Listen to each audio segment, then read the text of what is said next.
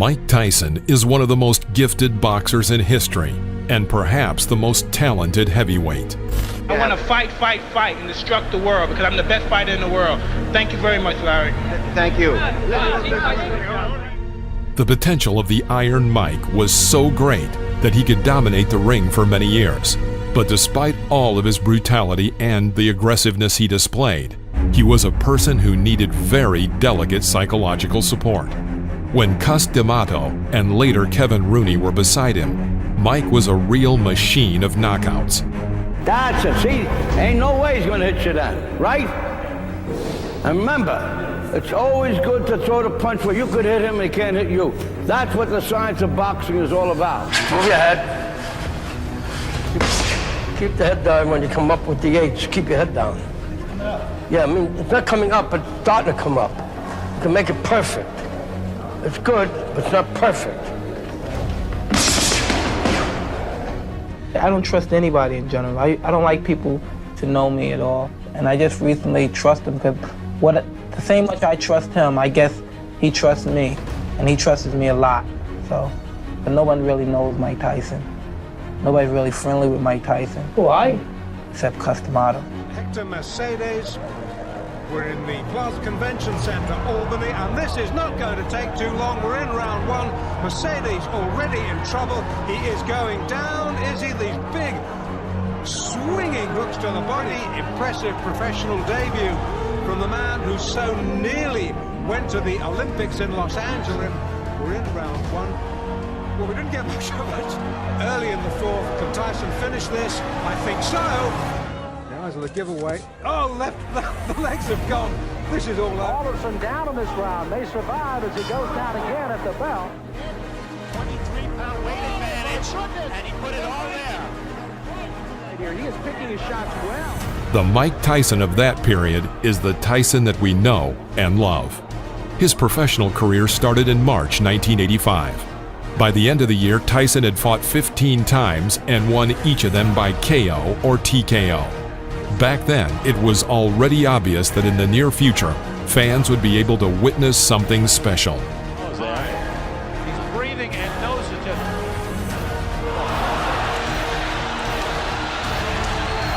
Tyson opens up again. A barrage of blood and Hosea goes down. The ref. Sharp right uppercut to the body by Tyson. Again! Uppercut, and Robinson hurt. He's ready to go down. No Cortez moves in to have a look. And he's going to stop the fight. It did not last. 20 months after his debut, Mike Tyson stepped into the ring against champion Trevor Berbick.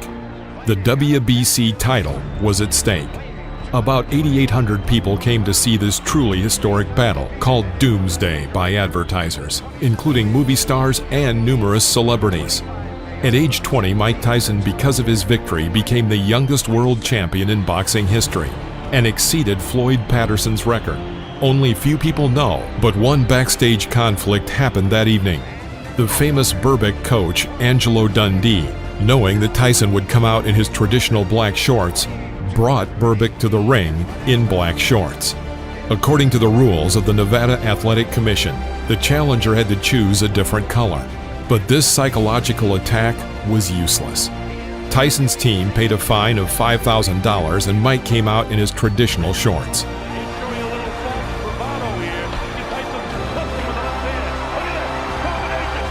Tyson defeated him in 2 rounds and became the world champion. It was not a fight. It was an extermination. 3 times the champion fell to the floor after only 1 hit. Thus began a new era in world boxing, the era of Iron Mike Tyson.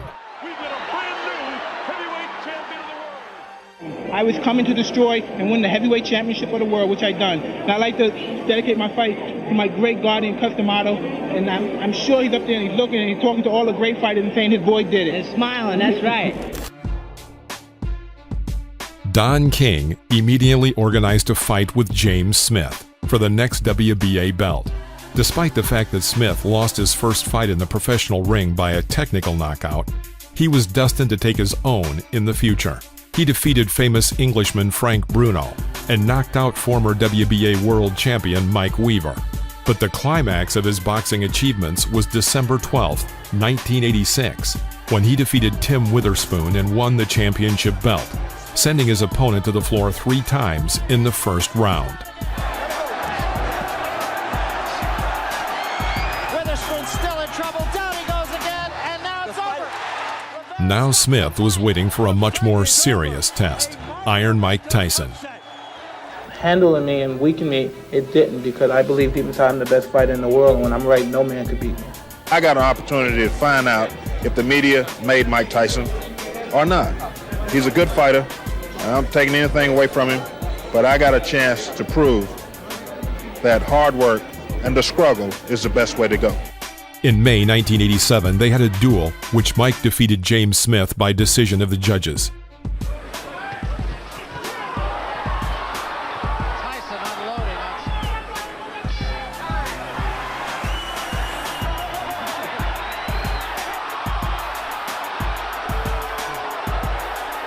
Wasn't as good as Lewis. Speaking of theater, According to the results of the battle, Mike Tyson delivered 317 hits, of which 191 hit their target, accuracy of 60%. Smith's results were 223 hits, 51 on target, accuracy of only 23%. It was the 28th consecutive victory for Mike Tyson, a victory after which he could already show off 2 championship belts. Mike Tyson versus Pinklon Thomas. The battle took place on May 31, 1987. At this point, Mike was the owner of the WBA and WBC belts. Thomas approached this match with a good track record of a series of 3 victories in a row and was considered a serious test for the 20-year-old Tyson. And at the beginning of the match, it seemed so. Thomas managed to cope with the pressure of Iron Mike for 5 rounds. However, in the 6th 3-minute period, Tyson carried out a series of powerful uppercuts and hooks from both hands, some of which landed right on his opponent's jaw. Thomas stumbled, and then after another left hook, crumpled him to the canvas. He did not have time to get up before the end of the count, and the referee stopped the match. It's worth saying that before this fight with Mike Tyson, Thomas had never been knocked down. The corner cannot stop a championship. The next opponent was Tony Tucker, the IBF title holder. Since the beginning of his career in 1980 and over the next 7 years, Tony Tucker had not known defeat. In April 1987, IBF world champion Michael Spinks refused to defend his title against him and chose instead to fight Jerry Cooney for a higher fee. Tony Tucker had to meet James Buster Douglas in the fight for the vacant IBF title. to go. Tucker presses him. Looks like he's a punch away. You need more than one. And after 64 days, he was obliged to enter the ring against Mike Tyson in the final part of the tournament for the title of Absolute World Champion. The bookmakers' bets in this fight were 10-1 in favor of Mike Tyson. Right hand, but he took a right from Tyson. And another big right by Mike Tyson. And particularly for Tucker. There's a great left hand at the bell by Tyson. Ray, I hearken back to your fight with Marvin Hagler, where after the... And there was a big... And he took another rumor about Tyson's, or rather Tucker's right hand, that he had injured his right hand. The fight went the whole distance, and only for the 3rd time in his professional career, Tyson had to give the judges the right to decide the outcome of the battle. The judges were unanimous in their decision to give the victory to Mike Tyson. For the winner by unanimous decision, an undisputed heavyweight champion of the world, Iron Mike Tyson. Having lost his fight, Tony Tucker became the shortest-lived champion in history.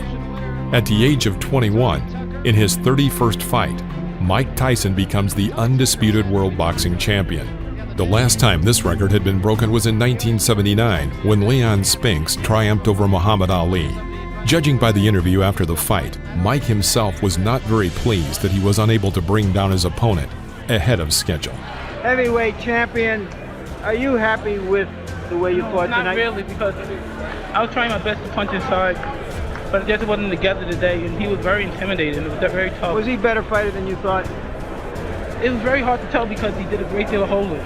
He threw very fast punches. It was true. And he really rocked you in the first round. Yes, he did. He was a very hard puncher. After Mike Tyson combined all 3 heavyweight belts, there arose a challenge to decide who the real champion was. First in line was Michael Spinks, who held the Ring Magazine title. The fight attracted great public interest and was called by promoters once and for all. The winner would leave the ring absolute and unconditional champion. In the summer of 1988, the long-awaited match took place and lasted only 1 round. Mike knocked out his opponent in the first round. Totally discombobulate a man who's Tyson along the ropes doing damage. Let's keep moving. It's the first time Michael Spinks has ever been down in a professional fight. And he's down again and in serious trouble. A right hand. After this devastating defeat, Michael Spinks hung up the gloves and never entered the ring again. For this fight, Mike Tyson received the enormous sum, for those times, of $22 million. At that time, it was the biggest fee in boxing history, and Mike was not even 22 years old. The battle took place 3 days before his birthday. According to the general opinion of boxing analysts, the fight with Spinks became the crown jewel of Mike Tyson's career. This wasn't just a fight, this was a total demolition.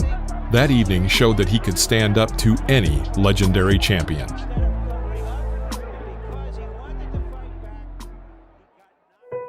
I was going to rip his heart out. I'm the best ever. I'm the most brutal and vicious and most ruthless champion there's ever been. My style is impetuous. My defense is impregnable. And I'm just ferocious. I want your heart. I want to eat his children. Praise be to Allah. Tyson has a very special place in the history of boxing. He was a champion for 3 years and 3 months. But during that short period, he caught the attention of fans and the general public, even those who weren't interested in boxing at all. Why? Because people love knockouts, and Tyson had plenty of them in his professional record. But Tyson also had something bigger. Everyone was talking about Tyson's aura. It was really something powerful, frightening, but at the same time surprisingly attractive. People liked to observe these expressions of his aggression. Mike was an inexhaustible source of this pure and natural aggression, and the most amazing thing was that no one was disappointed if the battle ended quickly. Another important fact is that Iron Mike is the last super heavyweight in history who headlined the pound-for-pound ranking, and we, devoted fans, would like to remember him as the man which he was back then. Of course, in the 90s, he got a few memorable victories and was always in the top 10 best athletes in his weight class. But that still wasn't the Mike we used to know. Iron Mike, in his best shape, was not just in the top 10 best athletes, he was the top of the list. He was the king of his league, and everyone who came into his territory was scared to look him straight into the eye. We remember Mike as a tough, fearsome, and extremely fast super heavyweight. He gave us one of the most prominent epochs in boxing, and we say, thanks, Mike. That was unforgettable.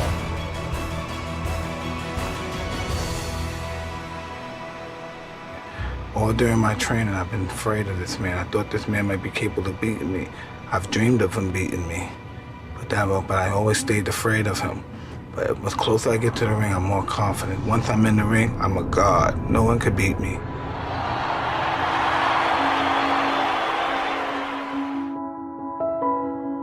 However, life prepared for Mike a lot of tests. Defeat in the ring, the emptiness in his soul after betrayal by loved ones, and zeros in his bank accounts after being cheated by managers, divorces, and alcohol. Years later, Tyson was not himself, but he still says that no matter how his fate has changed, he can still take a blow. Judge Mike by his young years, when he fought primarily for the victory. His last fights were for money. He just had to go into the ring, but the fire was no longer in his eyes. He did not fight for victory. He's worked up a full sweat. I want to tell you, the electricity in this crowd is awesome. I haven't felt like this since It was about 4 o'clock in the morning one morning. We're in a place called Kinshasa, Zaire, when Muhammad Ali came in against George Foreman for the heavyweight championship of the world. There is no doubt that Mike Tyson at the peak of his career was one of the best athletes in the history of boxing. But you can't be on top forever. Even legends do not linger in the ring forever. Their days are also numbered. I keep my eyes on him, I keep my eyes on him, I keep my eyes on him. Then once I see a chink in his armor, boom, and one of his eyes may move. During the fight, I'm supremely confident. I'm moving my head, he's throwing punches. I'm making a miss and I'm countering. I'm hitting him to the body, I'm punching him real hard. And I'm punching, and when I'm punching him, I know he's not able to take my punches. 1, 2, 3 punches, I'm throwing him punches and bunches. He goes down, he's out. I'm victorious. Mike Tyson, greatest fighter that ever lived. Give me first your reaction to the fight. The fight, I was confident. I trained real hard with my trainer, Kevin Rooney, who I owe a great deal to. And I came out and I was confident. I knew the fight. I felt it deep in my heart I was going to stop him in the first round. Did you know from watching tapes of him that you could hit him with the uppercut? No, that's my favorite punch. And I watched the time, and I knew from my trainer telling me, as he throws his punches, he bends down. And I knew that would be perfect for my uppercut. I planned on working the body more, but I saw the opportunity, and it looked too good to go away. In your mind, if your managers Jim Jacobs and Bill Caton and your trainer Kevin Rooney came to you and said, Mike, we think you're ready for a title shot tomorrow, would you agree with them at this point? Most definitely. Anytime if my manager and my trainers feel that I'm confident and they're willing to put me in a title and they're sure I could beat the champion, I'm sure I could beat them also. Of the 3 champions, who would you like to fight and why? Anybody my trainer put me in with, because I'm confident I could beat any fighter in the world. What do you think of the 3 champions? They're all good fighters, because you have to be a good fighter. You can't take nothing away from them to become the champion. But I'm confident, I'm ready, and I'm ready when my trainer tells me.